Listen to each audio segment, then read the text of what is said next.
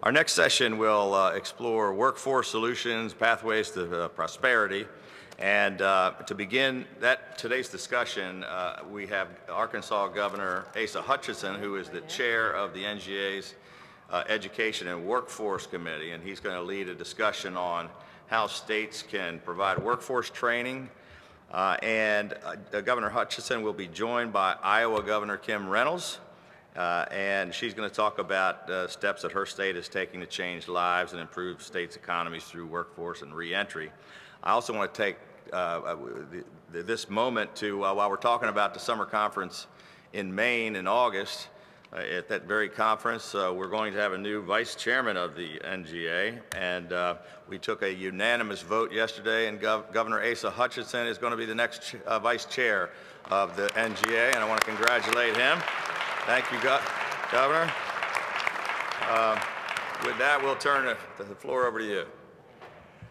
Thank you, Governor Hogan, for your leadership, and also thank you for being a good campaign manager for me. I appreciate the direction you're taking the NGA. Every day, governors face workforce challenges, but governors across the country continue to find the best solutions. And to kick off this session highlighting workforce strategies for governors, I'm going to feature some of the work that we are doing in Arkansas to create second chances for formerly incarcerated individuals. And I'm delighted to also hear from Governor Reynolds a little bit later to tell us some of the things that are happening in Iowa. Whenever I got elected governor, and actually when I ran for governor, I was told that whenever they left prison after however many years they served there, they would be given $100 and a bus ticket. And I said, that's not much chance for success of not reoffending. And I made that comment publicly, and I've actually been reminded of that from time to time because those that are paying their penalty in prison, they hear those comments and they listen attentively, and those that want a second chance are looking for that opportunity. And so as a result of that commitment and the need that we have in our state and across the country, we reinvigorated our reentry programs, enhanced our training for those that are coming out of prison, and enlisted also the help of the private sector. I called it the Restore Hope Initiative, in which I brought faith-based organizations, private organizations together and said the state can't do it all.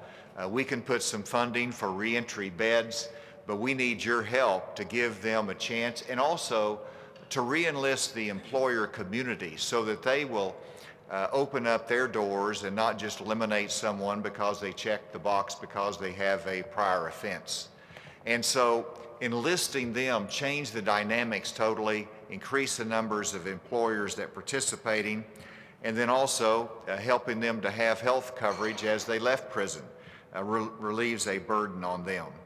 I have the habit of going to a coffee shop there in Little Rock area, and as I go in there, I met this one lady behind the counter, and she whispered to me and said that she had left prison, that she has a job, she had a big smile on her face, and she's in part of the reentry program that we started. And so about once a week I go in there and I check on her. So I have my own reentry check system, but it's exciting to see the progress that people make in life, the commitment, and how they seek a second chance and the struggles that they go through. One final thing that we're doing is that we created a 2-year scholarship program for particular fields, high need areas of employment. And this is for high school students primarily that are coming out that need a nursing. We're paying full tuition and fees for them to go in and get the skill training up to 2 years in a 2-year college. Well, I said, well, how about someone that has been out of the workforce for years and want to re-enter it, a non-traditional student? And they hadn't thought of that, but we made that program, that 2-year free tuition program, available for non-traditional students. And guess what? That would apply to someone coming out looking for an opportunity to get the training they need. So we're reaching out in a number of different areas. And now I'm pleased to introduce Arkansas's lead on prison reentry, Assistant Director at Community Corrections, Carrie Williams. Carrie's leadership has been critical to the success of our reentry program in Arkansas. She also sits on the Governor's Occupational Licensing Advisory Board, so she brings unique insight to this issue. Carrie, thank you for joining us today, and if you could tell us a little bit more about what's happening in the reentry programs in Arkansas. Thank you, Governor Hutchinson, and thank you. What an honor it is to be here to represent the state of Arkansas in the reentry efforts that we've done under Governor Hutchinson's tenure. What we have learned is that reentry is a process, and it's not a program that somebody starts and finishes while they're incarcerated. It starts at intake, and then it is completed upon their successful reentry. We've been very successful in the efforts, and we've also learned that it takes just more than one or two silver bullets to attack these issues and to address these barriers. There's a multitude of issues that must be identified and connected to a resource while incarcerated and after release. To hit on some of the things that we're currently working on, we know that well over 80% of the inmates that are incarcerated have a substance use issue.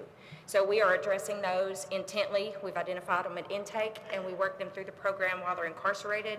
We continue that to a handoff to community supervision. 50%, some experts say, have a mental health issue. We have also started tackling that at a higher level. We partner with mental health at intake. They're assessed while they're incarcerated. They're treated while they're incarcerated. We've also begun doing telehealth across the state for the rural areas who have less opportunity to attend in person. The employment initiative the governor was talking about is 2018. We did a huge push for employment through the Good Grid and just through community awareness, and we increased our full-time overall percentage from 51% to 58% in just a little over a year. And that federal tax incentive really helped with that. Under Governor Hutchinson, we've also passed 3 pieces of legislation that have allowed inmates to be released with, at best, their driver's license, a restricted permit, or at least an ID, which they will have time after release up to 6 months to continue paying fines and fees to get those suspensions released from their driver's license. We do AANA 7 days a week in our reentry facilities and our correctional facilities. We also connect them to sponsors across the state. We use mentors, sponsors, and recovery coaches. We have enlisted recovery coaches, and we have them embedded in some of the areas, offices across the state. We also ensure that everyone that graduates from a reentry program, that they have a mentor or a sponsor.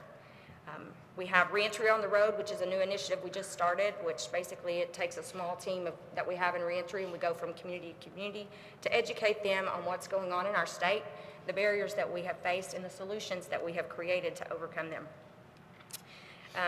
Governor Hutchinson mentioned Restore Hope. We have been very successful with prisoner reentry and foster care and connecting the dots to those 2 major issues.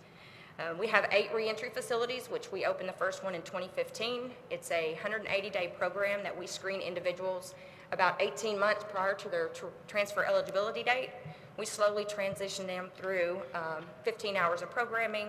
They're full-time employed, they get family reunification, substance abuse, mental health, and they address their fines and fees. And when they complete the program at 180 days, their carrot is to have early parole. We have an online transitional housing application now. We work through the Good Grid reentry portal, which has also helped a big push for employment. We have increased those efforts. We have employers that will actually list that they are felon-friendly, and the inmates can apply straight from incarceration. The online transitional housing application is just another layer to that portal, and we have increased our release from 60 days to now a max of 7 days to someone to be released to a transitional house. All inmates are approved for have an application prepared and submitted for insurance upon release from incarceration. We have begun using the Medicaid-assisted treatment programs in Arkansas, which has been very successful to help us attack those opioid addictions. And then as Governor Hutchinson also mentioned on the Occupational Licensing Board, and we have passed some legislation to try to assist in deregulating some of those barriers, and that will be an ongoing committee for the next couple years. So as an agency, we have realigned our risk assessment so that we can better apply these resources to high-risk offenders, which in turn saves resources and tax dollars by not over-applying them to the low-level offenders who we know will probably be successful. Thank you for your time, and please feel free to ask me any questions. Thank you, Carrie. And Whenever you look at reentry programs and those coming out of prison, it's the right thing to do at a human level for those that are genuinely seeking a second chance, but it's also a practical thing to do because in every state we have low unemployment numbers. We're looking to increase those that are going into the workforce, and employers need the trained workforce, even those that are coming out of incarceration. I'm delighted again to be joined by Governor Reynolds, who's been a national leader in developing workforce opportunities for formerly incarcerated individuals. And we're pleased to hear from her perspective today. Governor Reynolds, thank you. Well, thank you, Governor Hutchinson, and thank you for highlighting what you're spearheading in the great state of Arkansas on reentry programs. Iowans recognize the power of redemption and believe in second chances, and that's why it's been one of my priorities of my administration to not only focus on eliminating barriers, but to work on rehabilitation. And honestly, it is an overall approach to our workforce strategy initiatives and doing everything we can to put talent back to work. And I firmly believe that prisons should not be one stop in a circle that leads back to prison. And so we started with prison training programs like many of the states are doing. In 2015, we implemented statewide registered apprenticeship programs that offers training in all 9 of our institutions. We actually have 26 occupations that are a part of the registered apprenticeship program. We're continuing to reevaluate them to make sure that we're really aligning with the high demand careers that are available in the state of Iowa. We have 350 registered apprentices that are taking advantage of the registered apprenticeship programs. Over 200 apprentices have completed and earned their national certification. Last year, inmates logged over 170,000 apprenticeship hours in our correctional facilities across the state, and 18 have completed their programs and achieved their journeyman status.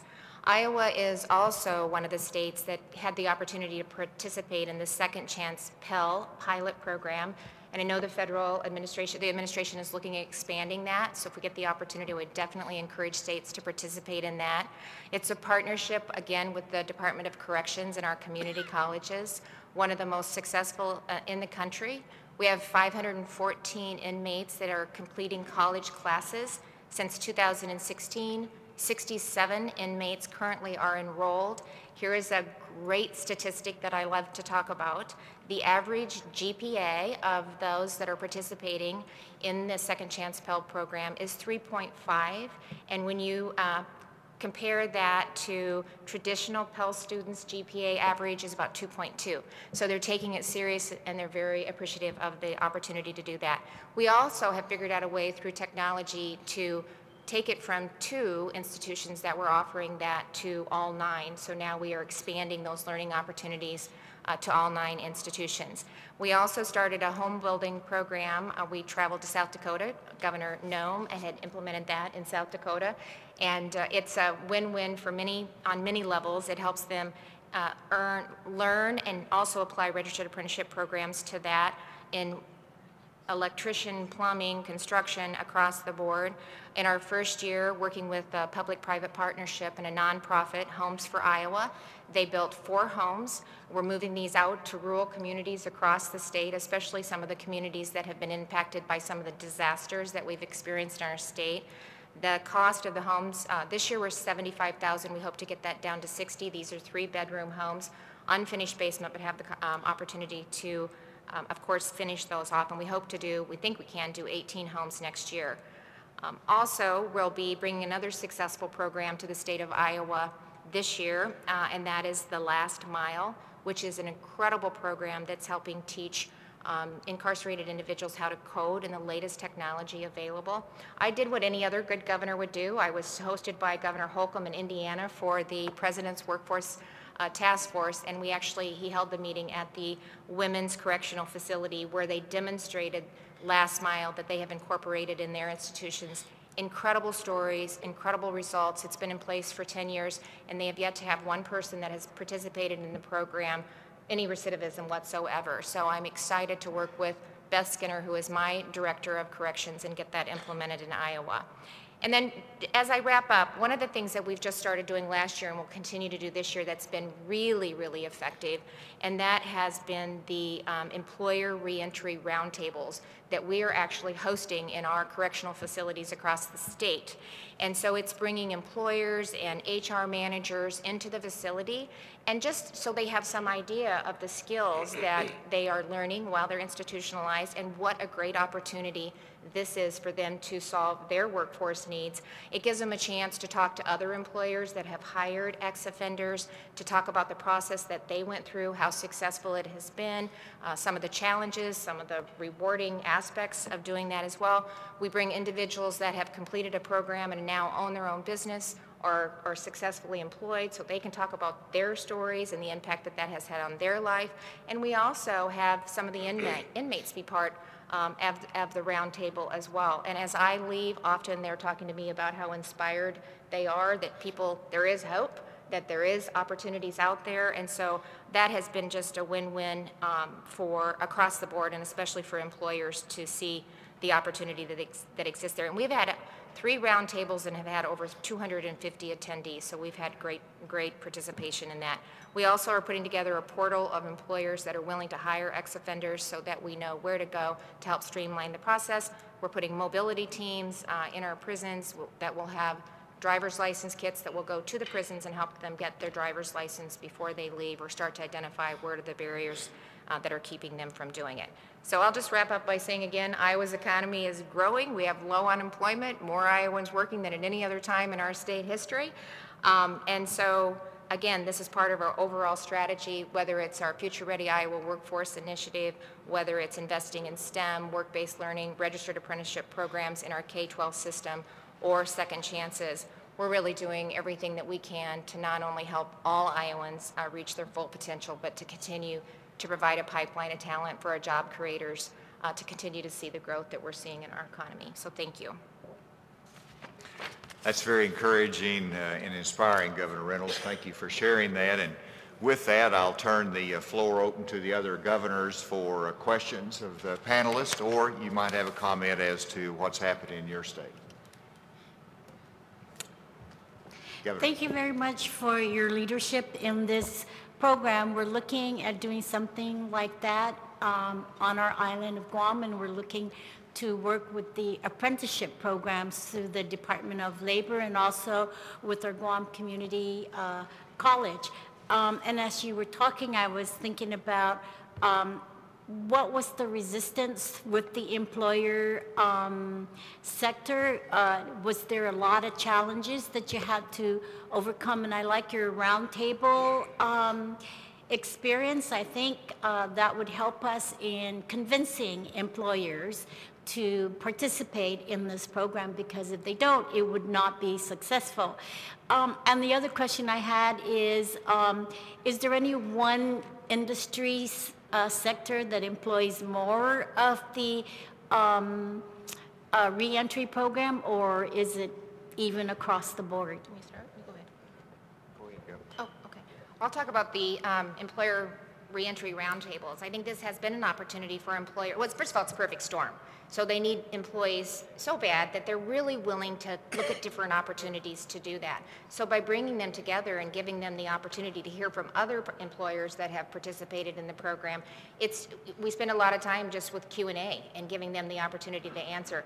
We have employers that are not only hiring them, but they're providing housing, they're paying the first month's rent, they're paying, so they are really a key partnership in all of this. Probably the vocational welding is probably one of the biggest areas that we've seen the most success with, and in the trades. When it comes to the registered apprenticeship programs, and manufacturing is where we've seen a lot of success with those participating in the program.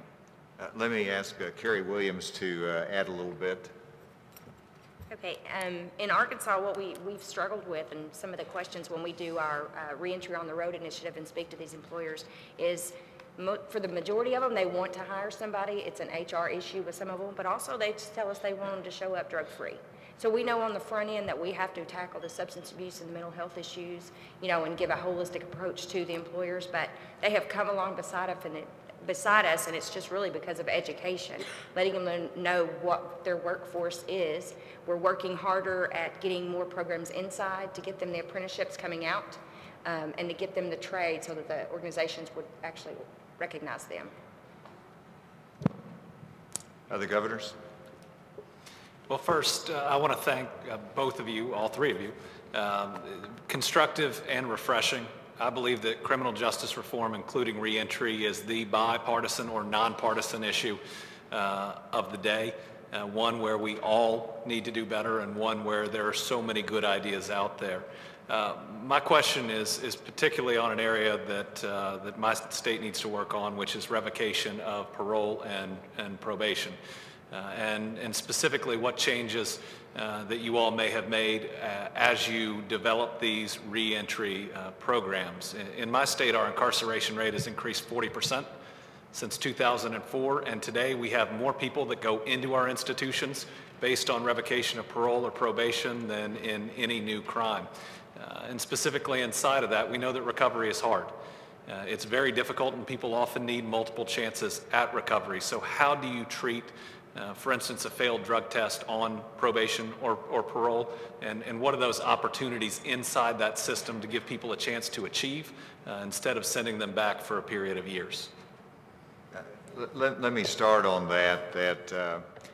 That's probably a little bit unique to every state, and it's hard to be very clear in a conversation like this, but as you pointed out, some of the violations that could lead to revocation are failing a drug test for one time. If you're in a drug treatment court, you fail the test one time, they're probably going to give you another chance to do better. They're going to give you some consequences there, but they're not going to send you on the first time back to prison.